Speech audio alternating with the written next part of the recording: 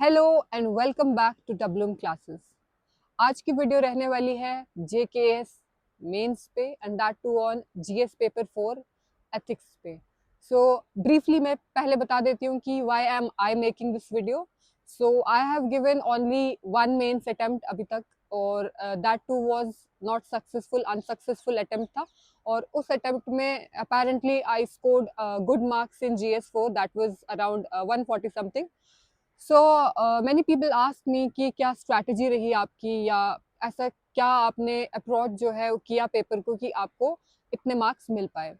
So we thought let's record small video on that. I hope कि इससे आपको कुछ ना कुछ बेनिफिट मिले।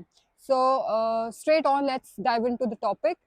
फर्स्ट ऑफ ऑल देखो, when I wrote my GS paper 4 back then, तो तब क्या होता था, पहली बात तो ये है कि जो पेपर का पैटर्न है वो थोड़ा सा डिफरेंट होता था। ठीक है, अभी जो है पेपर आपका वो थोड़ा डिफरेंट हो गया, बट स्टिल आई थिंक जो टिप्स मैं शेयर करने वाली हूँ उसका डायरेक्टली आपको अभी भी बेनिफिट होगा। ठीक है, आई वॉज अ फ्रेशर और मैंने अपना जो मेंस दिया था वो आई थिंक खाली 4 मंथ्स की प्रिपरेशन के साथ दिया था। So I didn't have much time. Now I was told at that time, at that moment, कि आप अगर इस मेंस के एग्जाम में सक्सेसफुल होना चाहते हो तो उसके लिए आपको जो आपका ये ट्रायंगल है उसको कंप्लीट करना पड़ेगा। What was that triangle? That triangle was आपके जो ऑप्शनल पेपर हैं वो बहुत अच्छे होने चाहिए, फर्स्ट थिंग। सेकंड थिंग, जो आपका एसए पेपर है उसमें आपको अच्छा स्कोर करना है। And the third thing is your ethics paper GS 4। सो ये 3 ऐसे पेपर हैं जिसमें अगर आप एज ले लेते हो तो you will have a no एक अच्छी प्रोबेबिलिटी आपको मिल जाएगी कि आप जो है इंटरव्यू लिस्ट के अंदर आ सकते हैं।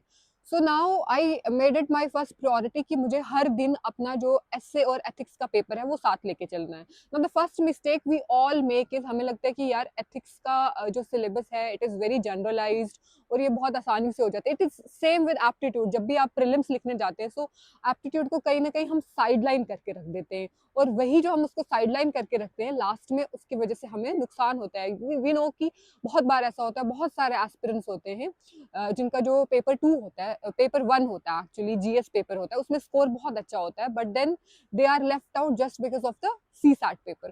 सो सेम कम्स हेयर ऑल्सो। लोग इसको क्या करते हैं कि they tend to avoid it, लेकिन हमें इसको अवॉइड नहीं करना है, first of all this. So coming to my strategy, what I did was, मैंने अपना रखा था कि I made this routine and I was very particular about it कि सुबह उठने के बाद after doing my prayers and all, I made it very sure कि मैं अपना एसे और एथिक्स को टाइम दूं। Now coming to the essay part, so what I would do is I would read 2 essays from, at that time I was using Rau's का जो booklet आता है, that booklet I was using. So 2 essays I would read और उसके बाद मैं उसके short notes जो है वो बना लेती थी, सो दैट जो इंपॉर्टेंट पॉइंट्स है वो सिंक इन हो जाए। ठीक है, coming to the ethics thing which this video is all about, so I would make sure कि एथिक्स की मैं एटलीस्ट 1-2 केस स्टडीज जो है वो पहले रीड करूं।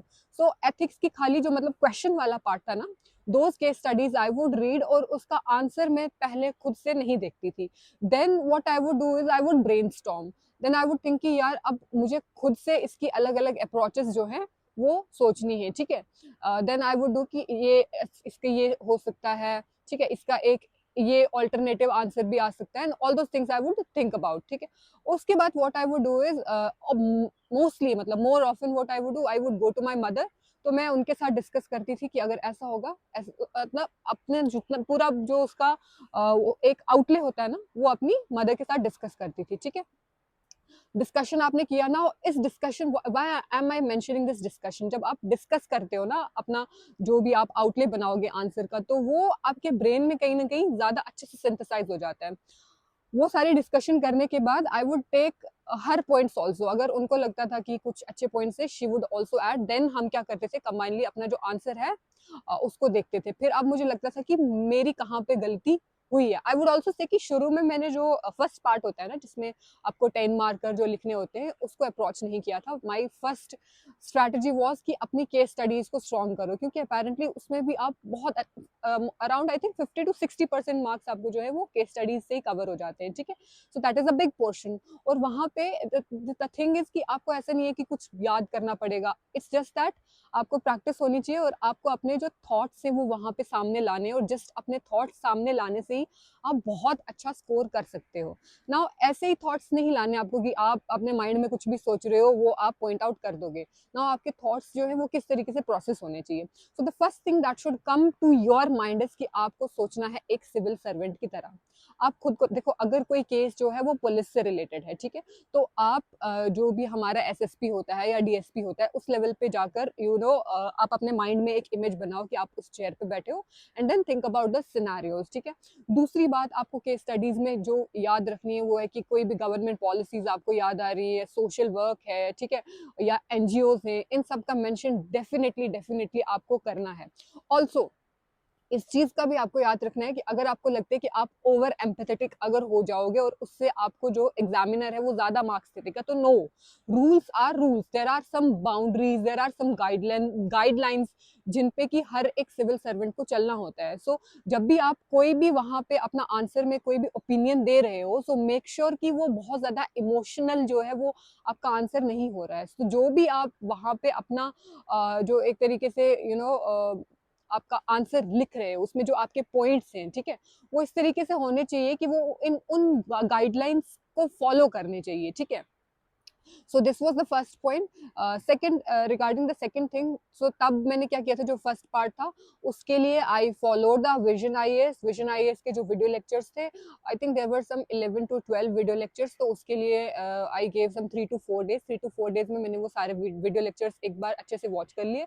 उसके बाद 2 to 3 days में अच्छे से उसके रिविजन होगी थी। सो वहां से क्या होता है कि आपको एक फ्रेमवर्क, अगेन अब जो फ्रेमवर्क है ना किसी आंसर राइटिंग में, your framework is very very important. अगर आपके पास एक अच्छा फ्रेमवर्क नहीं है तो आपको कभी अच्छे मार्क्स नहीं मिल सकते। सो वहां से मुझे क्या है, एक अच्छा जो फ्रेमवर्क जो है वो मिल गया था। सो ऑल दोज पॉइंट्स, ठीक है, क्या क्या पॉइंट्स आने चाहिए, what all things are important, वो सारा स्टडी मटेरियल मुझे वहां से मिल गया था। तो सेकंड पार्ट के लिए अगेन आई वुड से कि आपको क्या करना है कि ज्यादा से ज्यादा आंसर राइटिंग जो है वो प्रैक्टिस करनी है आपने केस स्टडीज की। लेकिन केस स्टडीज में आपने जो आंसर का अप्रोच है, जो उसका आंसर होगा ना, वो पहले मत पढ़ो, ठीक है। आप अपने दिमाग को ब्रेनस्टॉर्म करो, जितना आप ब्रेनस्टॉर्म ज्यादा करोगे उतना ही क्या होगा कि आपका ब्रेन ज्यादा काम करने लगेगा और फिर वो चीजें आपको एट द एंड पेपर में दिखेंगी। Last thing I would also like to mention is, देखो हर दफा जो भी केस स्टडीज आती है ना, आप देखोगे उनका प्लॉट कहीं ना कहीं सेम होता है। तो जब आप सेम तरीके के प्लॉट पे बहुत सारी केस स्टडीज प्रैक्टिस करके जाओगे, you know the ideal answer, what to write, how to write, right, you have the right words, तो वहां पे आपके लिए लिखना बिल्कुल भी मुश्किल नहीं होगा। सो डू दैट, आप प्रैक्टिस करें, हर तरीके की केस स्टडीज को प्रैक्टिस करें, ब्रेनस्टॉर्म करें अपने फ्रेंड्स के साथ, अपनी फैमिली के साथ, ब्रदर सिस्टर्स के साथ, अपने रूममेट के साथ, किसी के साथ भी डिस्कस करें, नए नए पॉइंट्स लाएं, ठीक है, वो सारी चीजें ऐड करें, एग्जाम्पल्स ऐड करें वहां पे, ठीक है। और इन सब चीजों से डेफिनेटली आपके जो मार्क्स हैं वो इनहेंस होंगे। और एक और चीज जो